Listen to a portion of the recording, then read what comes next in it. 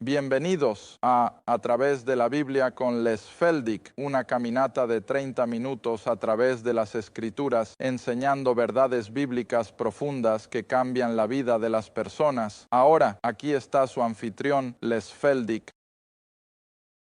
Está bien, es bueno tener a todos de vuelta y vamos a entrar directamente en el libro y usar cada segundo que tenemos hoy. Así que si pueden voltear conmigo para empezar a Romanos capítulo 15 y luego vamos a regresar a Génesis capítulo 24. Y nuevamente nos gustaría dar la bienvenida a todos aquellos que están viendo por televisión.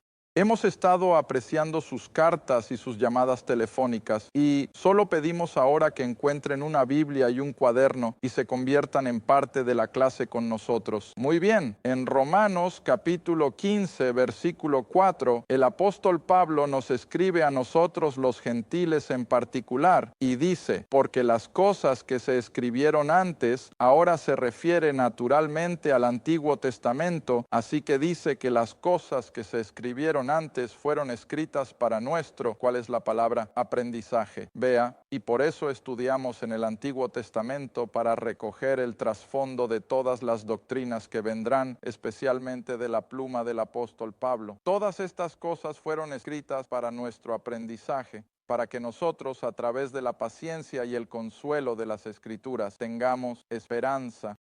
Y creo que se han dado cuenta, aquellos de ustedes que han estado conmigo a lo largo de los años, y para aquellos de ustedes que han estado viendo por televisión, que me gusta resaltar la intrínseca naturaleza de las Escrituras, de cómo milagrosamente todo encaja para que no tengamos dudas, de que podemos confiar en esto como la fuente eterna, sobrenatural, palabra de Dios escrita milagrosamente. Ahora bien, si regresan a Génesis capítulo 24, y recordarán que en nuestras últimas semanas de lecciones estábamos tratando, por supuesto, con Isaac e Ismael. Y como Isaac es por tipo una imagen de la gracia, él era el hijo de la promesa, mientras que Ismael era un hijo de la carne y fue representado por Pablo en el libro de Gálatas como una imagen de la ley. Ahora regresaremos al capítulo 24 y aquí hay otro capítulo. Soy un poco reacio a llamarlo un tipo, simplemente porque hay una parte del relato que podría descomponerse en relación con un tipo perfecto. Ahora creo que la mayoría de ustedes sabe lo que es un tipo en el Antiguo Testamento. Es una ilustración perfecta de una verdad del Nuevo Testamento. Por ejemplo, sabemos que Abraham es tan típico del hombre de fe y podemos llamarlo un hombre de tipo y José. De tantas maneras está experimentando las mismas cosas que se vivieron en la vida de Cristo. Y así casi podemos imaginar a José como un tipo de Cristo en ese contexto del Antiguo Testamento. Y de la misma manera aquí, creo que el capítulo 24 se acerca a ser un tipo, pero debido a un pequeño detalle me voy a retractar de llamarlo así. Así que lo llamaré solo una buena ilustración. Y eso es que a medida que Abraham va a enviar a su siervo a buscar una novia para su hijo Isaac, es un paralelo perfecto, al menos de lo que el Espíritu Santo está haciendo hoy para llamar a la novia de Cristo. Y esta es la lección que me gustaría extraer de este capítulo, pero el único pequeño punto que se descompone es que los gentiles, como tales, no han sido realmente aislados aún en las Escrituras, porque Abraham es solo el padre de la raza hebrea y va a enviar a su siervo de regreso a sus propios parientes para buscar una novia para Isaac. Así que no es como si realmente estuviera yendo a los gentiles, como sabemos que el Señor está haciendo hoy. En relación con la novia de Cristo, el cuerpo de Cristo, que es en su mayor parte gentil, pero sin embargo, vamos a mirar este capítulo con ese paralelo. Y para ilustrar nuevamente, pongámoslo en la pizarra por un momento, que el paralelo de Dios el Padre, por supuesto, será el propio Abraham, quien es el Padre en este caso, y el paralelo del Hijo es Isaac, el Hijo. Y luego el paralelo de la tercera persona de la Trinidad, del Espíritu Santo, será el siervo de Abraham. Y el papel del siervo aquí va a estar tan alineado con el papel del Espíritu Santo trabajando hoy. Y quiero que estén conscientes de estas cosas a medida que avancemos en el capítulo. No vamos a tomar todo el capítulo versículo por versículo, ya que es repetición, pero intentaremos destacar los puntos más importantes. En el capítulo 24, versículo 1, Abraham era viejo, bien avanzado en edad. Bueno, de hecho, ¿cuántos años tenía cuando nació Isaac? Bueno, tenía 100. Y ahora Isaac ya tiene una buena cantidad de años. Y así, de hecho, Abraham está envejeciendo. Y el Señor había bendecido a Abraham en todas las cosas. Ahora, versículo 2, y Abraham dijo a su siervo mayor, ahora, el siervo no está nombrado aquí, pero el siervo que se menciona al principio de Génesis, por supuesto, era Eliezer. ¿Recuerdas a ese? Y sin duda es el mismo, pero lo que sea, le dice a este siervo que gobernaba sobre todo lo que tenía, en otras palabras, era el administrador de su hogar. Él dijo, pon, te ruego, tu mano debajo de mi muslo y te haré jurar. Ahora este lenguaje nos sorprende un poco y pensamos, bueno, ¿qué en el mundo? Bueno, todo lo que están haciendo es practicar antiguas costumbres que realmente fueron escritas por el viejo Hammurabi. Ahora, Hammurabi, al que he mencionado más de una vez, era más o menos el filósofo y una especie de legislador en la antigua Babilonia. Y hasta que Dios llame a la nación de Israel y realmente comience a tratar con ellos y les dé sus instrucciones intrínsecas, gran parte del mundo conocido entonces operaba de acuerdo con las leyes de Hammurabi y eran buenas. Eran buenas leyes morales en su mayor parte, pero ciertamente no eran. Dios inspiró como ahora encontramos aquí en las Escrituras. Así que algunas de estas cosas que pensamos, bueno, ahora eso es extraño. ¿Qué en el mundo? Bueno, eso es todo. Era simplemente la costumbre de aquellos días antiguos.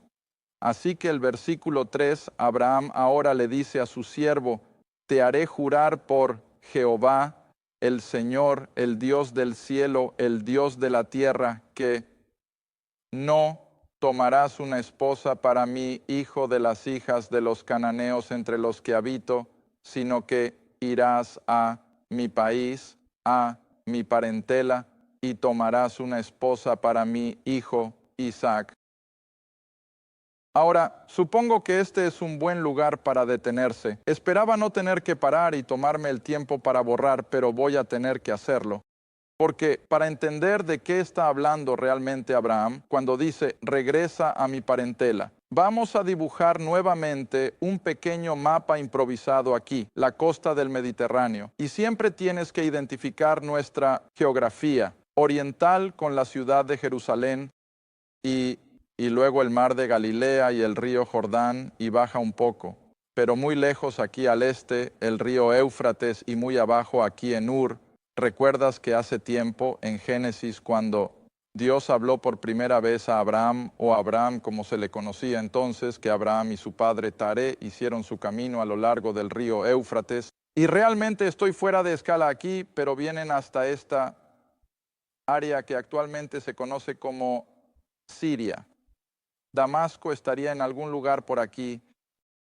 Pero el viejo Taré y sus 3 hijos habían hecho su camino desde Ur, muy abajo allí en el Golfo, donde hemos tenido el reciente conflicto, y hicieron su camino aquí hacia Siria, y el nombre del lugar más tarde se convierte en Harán, y luego desde Harán, después de la muerte de Taré, ¿recuerdas? Abraham bajó a la tierra de Canaán, donde por supuesto habitaban los cananeos. Ahora creo que para obtener una buena imagen de todo este escenario, casi tenemos que retroceder hasta los 3 hijos de Noé, y no lo haría si no fuera porque todo el Medio Oriente es noticia de primera plana casi todos los días. Y si tan solo más personas pudieran entender ese contexto del Medio Oriente, según incluso la historia bíblica, creo que tendríamos mucha menos confusión, de la que tenemos incluso entre nuestros hombres en altos lugares. Así que volvamos nuevamente a Noé saliendo del arca. Y recuerda, Noé tenía 3 hijos, Cam, Sem y Jafet. Ahora nos ocuparemos primero de Jafet, porque él se convierte en los progenitores de lo que la Biblia se refiere como los Goyim. Y ahora hemos puesto el término gentil en eso. Y hasta más tarde en la historia, los Goyim eran predominantemente los jafetitas, o lo que, recuerden, les dije hace tiempo en el capítulo 10 de Génesis, eran predominantemente los cochranitas. Las personas caucásicas, los indoeuropeos, como a menudo se les llama ahora, especialmente si has estado leyendo artículos sobre Colón y se están preparando para criticar su historia o elevarla, pero ahora se refieren tan a menudo a los indoeuropeos. Bueno, ellos eran los jafetitas, eran predominantemente los caucásicos. Pero a medida que avanzas a través de la historia e incluso en la Biblia, finalmente llega al punto en que un gentil es cualquiera que no sea judío. Pero al principio, este era el gentil. Ahora aquí en Cam, recuerdas, él fue el que Nahor había maldecido. Y así él fue de alguna manera el progenitor de los cananeos. Ahora los cananeos, en las Escrituras, normalmente los imaginamos viviendo allí en las costas del Mediterráneo, en la actual tierra de Palestina o Israel y demás. Pero los cananeos estaban en la tierra cuando Abraham llegó. Pero aquí está el que nos interesa predominantemente. De esta línea de Sem viene el hombre, Era. Terá vino de Ur de los Caldeos, recuerda. Y Terá tuvo 3 hijos. Uno, por supuesto, era Abram, o Abram como lo conocemos ahora. Y en este lado teníamos a Harán. Y aquí, en este lado, el otro hijo. De Abram borraré esto. Y luego el otro hijo de Taré. Más bien, era el caballero llamado Nahor. Ahora, todos estos nombres no son tan importantes, excepto que quiero que veas cómo en nuestra propia época, con todos los problemas en el Medio Oriente, todo se remonta a estas familias. Aram, por supuesto, el que conocemos mejor, era el padre de Lot. Lot, a su vez, tuvo 2 hijos. Con sus propias hijas, recuerdas, allá en la destrucción de Sodoma y Gomorra, y la descendencia de Lot, de las 2 hijas, fueron moabitas. Los conoces en las Escrituras. Y los amonitas. Ahora, por si te preguntas de qué estoy hablando, ¿cuál es la capital actual de Transjordania? Amón. ¿Ves? Y así regresa a estas mismas raíces. Siguen siendo parte de esta línea de familias. Ahora aquí está Nahor, y volveré a Abram en un minuto. Aquí Nahor tiene un hijo cuyo nombre es Betuel. Betuel tiene una hija cuyo nombre, por supuesto, es Rebeca. Y esa es la que vamos a mencionar ahora en el capítulo 24. Betuel tiene a Rebeca y también tiene un hijo llamado Labán. Labán, a su vez, tiene 2 hijas y sus nombres eran Lea y Raquel. Ahora está empezando a tener sentido. Ahora viene la familia de Abraham. Primero, por supuesto, tuvo a la esclava egipcia, Harán, de quien tuvo a Ismael. Luego tiene un hijo con su propia esposa legal, Taré. Y ese, por supuesto, es Isaac. Y luego, después de que Taré muere, toma por esposa a una mujer llamada Setura. Y Setura tiene un hijo, además de otros, pero de quien provienen los madianitas. Ahora, si conoces tu Biblia, recuerdas a los madianitas. Bueno, esos eran los pueblos al este cuando Moisés huyó al desierto. ¿Recuerdas? Y se casó con una hija del sacerdote de Madián. Ahora, estoy señalando todo esto para mostrar cómo todas estas familias están entrelazadas, con la excepción, por supuesto, de que vamos a mantener a los cananeos fuera, porque Dios había dicho claramente que no debían casarse con un cananeo. Ahora sigamos adelante. Ismael. Regresa y su madre era egipcia, e Ismael a su vez se casa con una egipcia. Y los egipcios, por supuesto, provienen de Cam.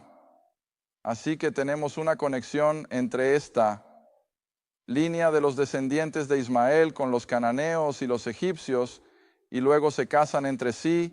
Y por eso mencioné aquí hace varias semanas que aunque los egipcios no son verdaderos árabes, los egipcios y los árabes siempre actúan como si fueran parientes cercanos. Pero ahora pasemos a lo siguiente. De Isaac sabemos que tiene 2 hijos, y de nuevo lo pondré aquí, y ese es Esaú, y aquí tiene a Jacob. Esaú a su vez regresa y se casa con una cananea o caballeros. Se casa con 2 de ellas, lo cual según las escrituras fue una tristeza para Isaac y Rebeca. Jacob ahora sale y va a casarse con Lea y Raquel, y de esa unión obtenemos los 12 hijos que se convierten en las 12 tribus. De las 12 tribus, ¿a dónde llegamos? Rey David, bueno, empecemos con Judá. Judá es una de las 12 tribus y luego Judá desciende de la línea de David. David tiene a Salomón. Ahora, si tuviera un poco más de espacio, solo tendría que dibujar esto en tu mente. A partir de Salomón, la genealogía se dividió. Por un lado descendemos y tenemos la genealogía de María, la línea de sangre que llega hasta Adán y Eva. Y por el otro lado de la genealogía tenemos la línea que conduce a José. Ahora José, por supuesto, no era el padre biológico, pero era el padre legal. Así que ves, todo encaja perfectamente a lo largo de esto, y Dios tiene un control soberano completo.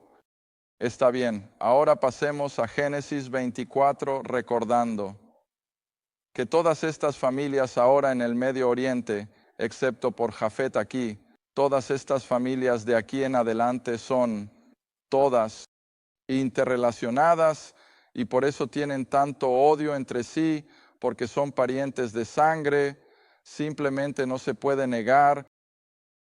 Está bien, capítulo 24, ahora nuevamente bajando a donde acabamos de dejar, donde dice, no, tomarás esposa para mi hijo de las hijas de Canaán, versículo 4, sino que irás a mi propio país y a mi parentela que está en Siria para tomar una esposa para mi hijo Isaac.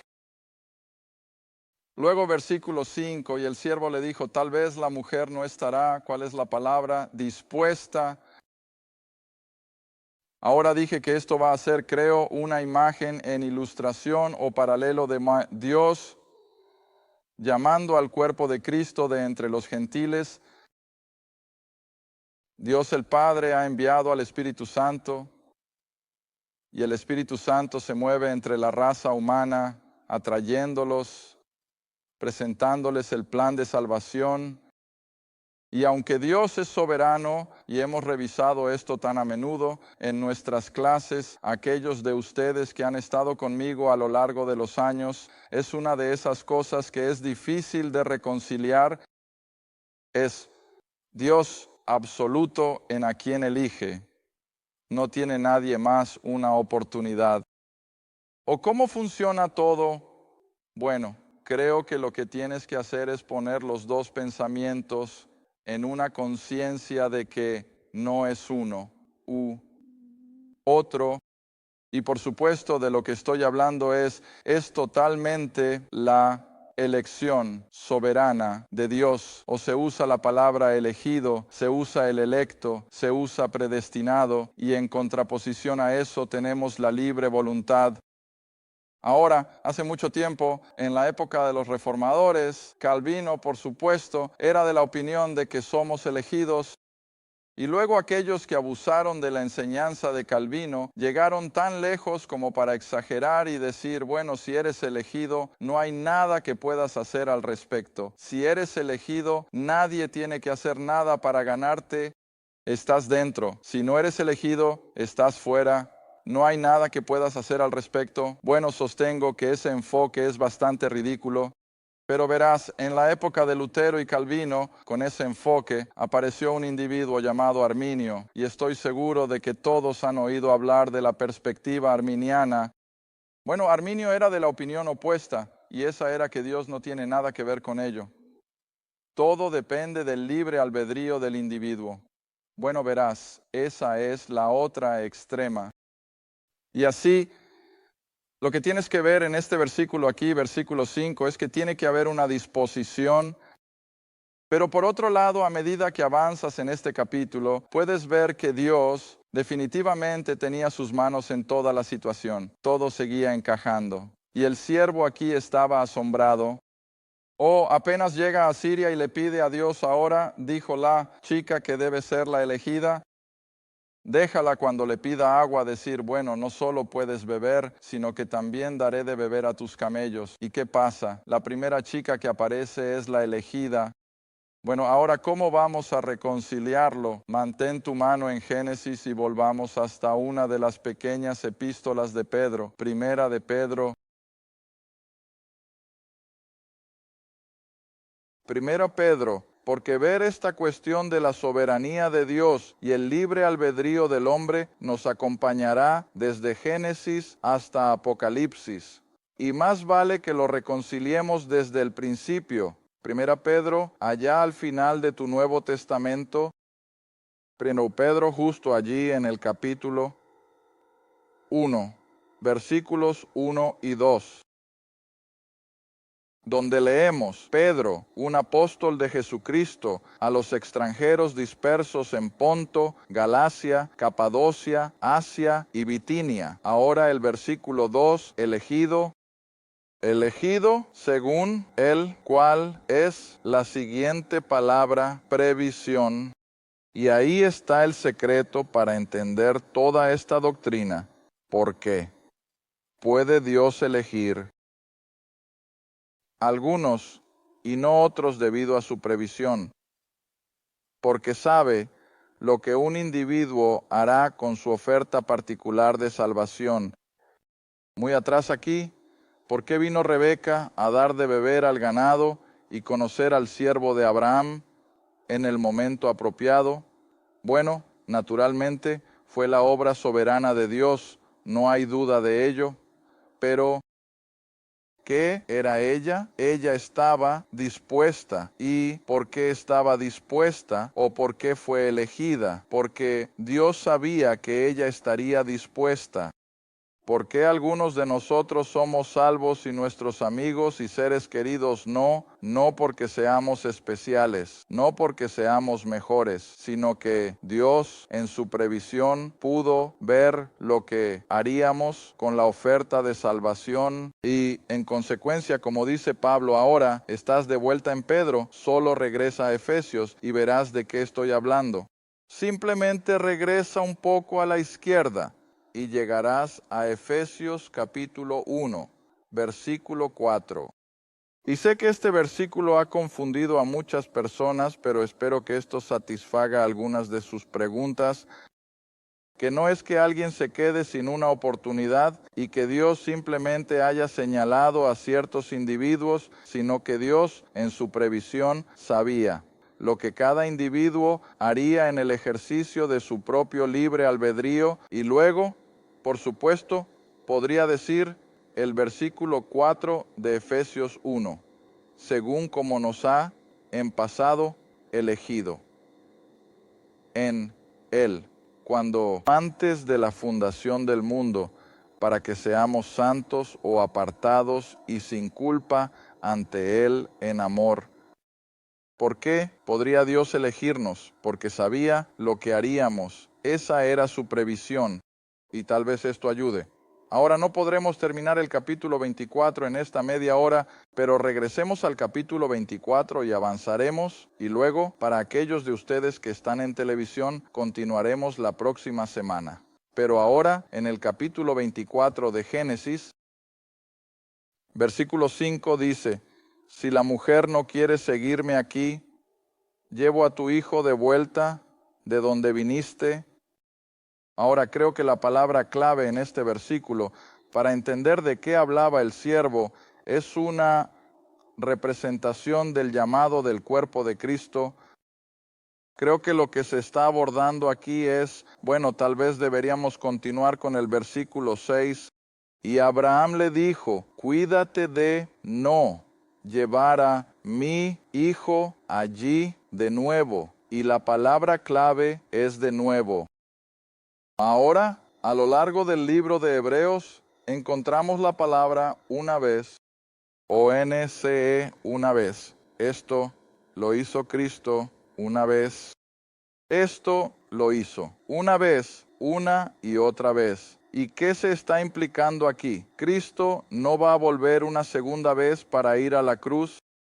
Eso se logró en un momento y nada puede cruzar eso. Así que la énfasis aquí es, cuídate de no llevar a mi hijo de vuelta. Y la palabra dije era clave, es la palabra otra vez. No vamos a repetir algo que se ha hecho una vez antes.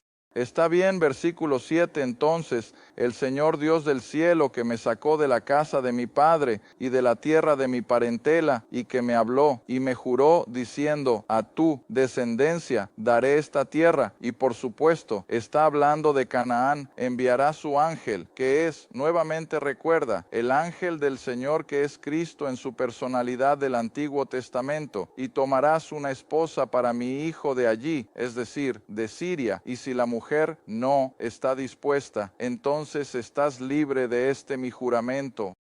Y aquí volvemos de nuevo. A medida que el Espíritu Santo se mueve a través de esta era de gracia, llamando ahora en nuestro próximo programa, vamos a explicar eso con más detalle. A medida que el Espíritu Santo se mueve a través de la raza humana, particularmente entre los gentiles, está llamando, el libro nos dice, a un pueblo para su nombre. Nadie es nunca forzado. Todo se basa en la libre voluntad del individuo, pero nunca olvides, Dios en su presencia sabía lo que haríamos. Gracias por ver A Través de la Biblia con Les Feldick. A Través de la Biblia es un ministerio apoyado por socios. Si este programa ha sido de ayuda para tu estudio de las Escrituras y te gustaría que otros disfrutaran de la enseñanza, tu apoyo sería muy apreciado. Escríbenos a Les Feldick Ministries, Ruta 1, Caja 760, Quinta, Oklahoma, 74552. O llama al 1-800-369-78856. Recuerde, todos los programas están disponibles en forma impresa, en casete de audio y en video. Asegúrese de sintonizar la próxima vez A Través de la Biblia con Les Feldick.